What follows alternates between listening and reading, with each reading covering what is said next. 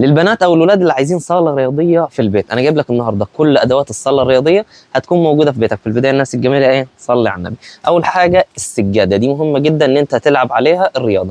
جايب لك السجاده كذا مقاس منها حسب السمك كذا لون، تمام. بدانا بيها. بعد كده جايب لك عقله، جايب لك 3 انواع من العقله. اول حاجه 3 في 1 اهو الشكل ده. تاني حاجه جايب لك المتر، اوكي الشكل ده. تالت حاجه جايب لك المتر و20، يعني 3 انواع من انواع العقله. خلصنا كده من العقله كده تمام. تالت حاجه جايب لك الاستك. في ناس كتير جدا بتسال على استك ومش عارفه بيتباع فين. جايب لك كذا سايز منه وكذا خامه، تمام. الاستك بالشكل ده كده نوعين اهو، وفي خامه تانية اقل شويه.